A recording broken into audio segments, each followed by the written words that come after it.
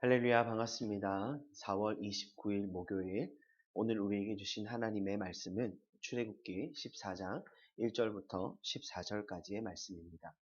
출애굽기 14장 1절부터 14절까지의 말씀 제가 봉독하겠습니다. 여호와께서 모세에게 말씀하여 이르시되 이스라엘 자손에게 명령하여 돌이켜 바다와 믹돌 사이에 비하이롯 앞 곧 바알스본 맞은편 바닷가에 장막을 치게 하라. 바로가 이스라엘 자손에 대하여 말하기를 그들이 그 땅에서 멀리 떠나 광야에 갇힌 바 되었다 하리라. 내가 바로의 마음을 완악하게 한즉 바로가 그들의 뒤를 따르리니 내가 그와 그의 온 군대로 말미암아 영광을 얻어 애굽 사람들이 나를 여호와인 줄 알게 하리라 하시매 무리가 그대로 행하니라. 그 백성이 도망한 사실이 애굽 왕에서 왕에게 알려지매 바로와 그의 신하들이 그 백성에 대하여 마음이 변하여 이르되 우리가 어찌 이같이 하여 이스라엘을 우리를 섬김에서 놓아 보내었는가 하고 바로가 곧 그의 병거를 갖추고 그의 백성을 데리고 갈새 선발된 병거 600대와 애굽의 모든 병거를 동원하니 지휘관들이 다 거느렸더라. 애굽 여호와께서 애굽 왕 바로의 마음을 완악하게 하셨으므로 그가 이스라엘 자손의 뒤를 따르니 이스라엘 자손이 담대히 나갔습니다. 애굽 사람들과 바로의 말들, 병거들과 그 마병과 그 군대가 그들의 뒤를 따라 바알스본 맞은편 비하이롯 곁 해변 그들이 장막 친 데에 미치니라. 바로가 가까이 올 때에 이스라엘 자손이 눈을 들어 본즉 애굽 사람들이 자기들 뒤에 이른지라. 이스라엘 자손이 심히 두려워하여 여호와께 부르짖고 그들이 또 모세에게 이르되 애굽에 매장지가 없어서 당신이 우리를 이끌어내어 이 광야에서 죽게 하느냐. 어찌하여 당신이 우리를 애굽에서 이끌어내어 우리에게 이같이 하느냐. 우리가 애굽에서 당신에게 이른 말이 이것이 아니냐. 이르기를 우리를 내버려 두라. 우리가 애굽 사람을 섬길 것이라 하지 아니하더냐. 애굽 사람을 섬기는 것이 광야에서 죽는 것보다 낫겠노라. 모세가 백성에게 이르되 너희는 두려워하지 말고 가만히 서서 여호와께서 오늘 너희를 위하여 행하시는 구원을 보라. 너희가 오늘 본 애굽 사람을 영원히 다시 보지 아니하리라. 여호와께서 너희를 위하여 싸우시리니 너희는 가만히 있을지니라. 아멘. 출애굽 여정 가운데 있던 이스라엘의 현실은 어떠했을까요? 매 순간이 살얼음판이었을 겁니다. 오랫동안 애굽의 노예로 지내왔고 아직 민족적인 단합이나 조직적인 모습이 없었기에 어떻게 보면 오합지졸인 상황에서 출애굽이라는 현실을 맞이해야 했기 때문입니다. 하나님은 이런 이스라엘의 모습을 너무나 잘 아셨기에 구름 기둥과 불 기둥으로 그들의 걸음을 인도하시며 아주 세밀하게 자기 백성을 구원하여 주십니다. 이뿐만이 아니지요. 앞에서 이미 살펴보았듯 하나님은 애굽 땅에 10가지 재앙을 내리셨고 친히 이스라엘 자손들을 위해 자신을 나타내 보여주시며 싸우십니다. 하나님은 계속해서 놀라운 은혜를 이스라엘 백성 가운데 부어주셨습니다. 그렇게 그들은 애굽을 멀리 떠나게 되었고 출애굽의 역사를 이루게 된 것이지요. 오늘 본문은 출애굽 사건의 가장 클라이막스라고 할 수 있는 홍해 기적이 펼쳐지기 직전의 이야기를 우리에게 보여줍니다. 이 절을 보시면 이 모든 것이 하나님의 계획이셨다는 사실을 발견하게 되지요. 이스라엘 자손에게 명령하여 돌이켜 바다와 믹돌 사이에 비하이롯 앞 곧 바알스본 맞은편 바닷가에 장막을 치게 하라. 이스라엘 자손이 홍해 앞에서 멈춰서게 된 것도 그로 인해 바로와 애굽의 군대가 이스라엘 자손들이 광야에 갇힌 바 되었다고 생각하게 된 것도 모두 하나님의 계획이었던 것입니다. 무엇을 위해서였을까요? 4절의 말씀입니다. 내가 그와 그의 온 군대로 말미암아 영광을 얻어 애굽 사람들이 나를 여호와인 줄 알게 하리라 하시매 우리가 그대로 행하니라. 하나님은 애굽 사람들이 하나님을 바로 알기를 원하셨던 겁니다. 하나님은 온 군대로 말미암아 영광을 얻어 애굽 사람들이 하나님이 누구신지를 바로 알기 원하셨다. 그런데 아니나 다를까 5절 이하에 바로와 그의 신하들이 마음이 변하였고 그로 인해 이 사실을 알게 된 즉시 병거를 갖추고 그의 백성을 데리고 이스라엘을 추격하기 시작한 사실을 보여줍니다. 하나님이 행하신 일을 자신들의 기준에서 판단하고 자신들의 뜻을 이루기 위한 행동을 보여주지요. 분명 하나님이 그들을 구원하신 사건이 출애굽이고 말씀을 통해서 그들에게 자신을 나타내 보여주셨지만 그들은 여전히 하나님을 바로 알지 못하였던 겁니다. 당연히 선발된 병거와 추격조들이었으니 곧 이스라엘 자손이 장막을 친 곳까지 당도하게 되었습니다. 10절의 말씀입니다. 바로가 가까이 올 때에 이스라엘 자손이 눈을 들어본즉 애굽 사람들이 자기들 뒤에 이른지라. 이스라엘 자손이 심히 두려워하여 여호와께 부르짖고, 이스라엘 자손이 하나님께 부르짖고 있습니다. 그러나 그들의 실상은 어떠합니까? 왜 애굽에서 이끌어내어 광야에서 죽게 하였느냐며 모세를 원망하며 따집니다. 그리고 이르기를 12절에 우리를 내버려 두라. 우리가 애굽 사람을 섬길 것이라 하지 아니하더냐. 애굽 사람을 섬기는 것이 광야에서 죽는 것보다 낫겠노라. 우리는 여기서 하나님이 왜 홍해 앞에서 그들을 멈춰서게 하셨는지를 알게 됩니다. 하나님은 그들로 하나님을 섬기게 하시기 위해서 그들을 출애굽시키셨지만 여전히 그들의 시선은 하나님이 아닌 지금 자신들의 눈앞에 보이는 현실, 상황, 지금까지 자신들이 안주했던 환경이라는 나 자신의 안전과 만족을 섬기고 있었던 겁니다. 이스라엘 자손들의 영적인 현실은 어떠했다는 겁니까? 애굽의 습성으로 여전히 가득했다라는 겁니다. 애굽의 습성은 무엇인가? 자신들의 필요와 만족 목적을 위해 신을 만들고 신을 섬깁니다. 언제든지 다른 신을 섬기고 찾고 바라보는 것이 결코 문제되지 않았던 겁니다. 다시 말해 몸은 출애굽하였지만 여전히 그들의 마음은 애굽의 현실에 머물러 있었다라는 사실을 우리는 생각해 보게 되죠. 지금의 시대를 살아가는 우리의 현실도 동일합니다. 눈앞에 보이는 것을 쫓아 살아가기에 바쁩니다.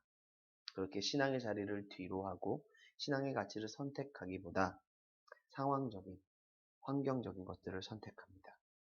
세상적인 기준과 요구, 나의 필요 앞에 신앙의 자리를 뒤로 합니다. 평안한 삶을 추구하고 만족을 추구하는 것이 무엇이 잘못이겠습니까만 이러한 우리의 삶의 모습이 보여주는 현실은 하나님이 아닌 세상을 사랑하고 섬기고 있는 우리의 영적인 현실을 보여준다는 면에서 영적 위기의식을 가질 수 있어야 합니다. 이렇듯 애굽의 사람들도 이스라엘 자손들도 모두 하나님을 바로 알지 못하고 있었던 겁니다. 이에 애굽의 사람들은 마음을 바꿔 이스라엘 자손들을 추격하였고 이스라엘 자손들은 애굽의 병거들을 보고 두려워 하나님을 원망하게 되었던 겁니다. 이러한 상황 가운데 하나님은 모세를 통해 말씀하십니다. 너희는 두려워하지 말고 가만히 서서 여호와께서 오늘 너희를 위하여 행하시는 구원을 보라. 너희가 오늘 본 애굽 사람을 영원히 다시 보지 아니하리라. 사랑하는 여러분, 하나님은 오늘 말씀을 통해 분명한 사실 한 가지를 우리에게 알게 하십니다. 무엇입니까? 하나님을 바로 보지 않고는 결코 하나님을 바로 알지 못한다는 사실입니다. 우리가 여전히 세상에 눈을 두고 세상의 것들을 바라보고 있으면서 우리가 하나님을 아는 자리로 하나님을 온전히 아는 그분의 삶으로 나아가는 것이 어렵다, 불가능하다라는 사실을 우리는 이 말씀을 통해 묵상해 보게 되는 것이죠. 이스라엘 자손은 두려움으로 하나님을 바라보지 못합니다. 시야에 들어온 애굽의 병거로 인해 눈앞에 있는 홍해로 인해 하나님을 바로 보지 못합니다. 그렇기에 지금 자신들을 인도하신 분이 누구신지, 왜 하나님이 이곳까지 자신들을 이끌어내셨는지를 완전히 잊어버립니다. 아니, 하나님의 존재를 알지 못하는 자들처럼 지금 그들의 상황 가운데 서 있는 것을 우리는 보게 되죠. 애굽의 사람들 역시도 동일합니다.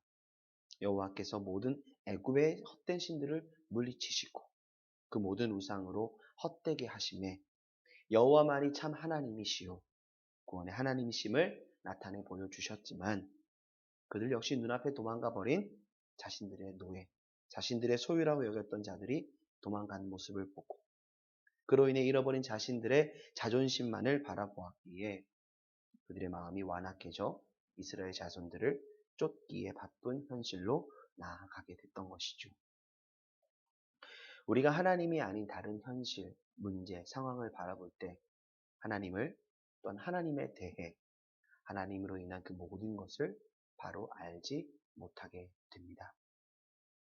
그렇다면 우리는 어떻게 하나님을 바로 아는 은혜를 누릴 수 있을까요? 먼저 두려워 말고 가만히 서라 말씀하십니다. 내 삶을 가득 채우고 있던 모든 현실, 감정, 지식을 의지하지 말라는 말씀입니다. 우리는 왜 두려워하거나 가만히 있지 못할까요? 두려워하는 사람이 보면 이렇게 안절부절하지 못하지 않습니까? 이미 내 안에 걱정, 염려, 상황에 대한 반작용, 작용으로서 지식, 세상의 방법 등이 가득 차 있기 때문입니다. 그렇게 우리는 하나님을 바로 바라보지 못합니다. 우리는 지금 있는 자리에서 멈춰서야 합니다. 그리고 정말로 주님을 바로 바라보고 있는지, 주님을 의지하고 있는지, 주님으로 인한 걸음을 걸어가고 있는지를 돌아볼 수 있어야 하는 것이지요. 이어서 말씀하십니다. 여호와께서 오늘 너희를 위하여 행하시는 구원을 보라. 여기서 보라는 명령은 하나님이 보게 하시는 것들을 볼 수 있도록 우리의 시선을 하나님께 고정할 때 가능한 순종의 모습입니다. 이는 하나님께 모든 상황과 환경의 주도권을 내어드리고 나를 향하신, 우리를 향하신 하나님의 뜻과 계획이 이루어질 것을 신뢰하는 자의 걸음을 의미하는 것이지요. 다시 말해 하나님은 우리 모두가 모든 상황 가운데 믿음 안에 바로 서서 우리를 향하신 하나님의 구원의 자리로 나올 것을 말씀하고 계신 겁니다. 이어서 14절 이렇게 증거하지요. 여호와께서 너희를 위하여 싸우시리니 너희는 가만히 있을지니라. 아멘. 아무것도 하지 말아라 라는 말씀이 아닙니다. 하나님은 우리의 모든 삶의 주권을 하나님께 온전히 내어드리고 모든 상황과 환경 가운데 역사하시는 하나님을 끝까지 신뢰하는 자리로 나오기를 말씀하십니다.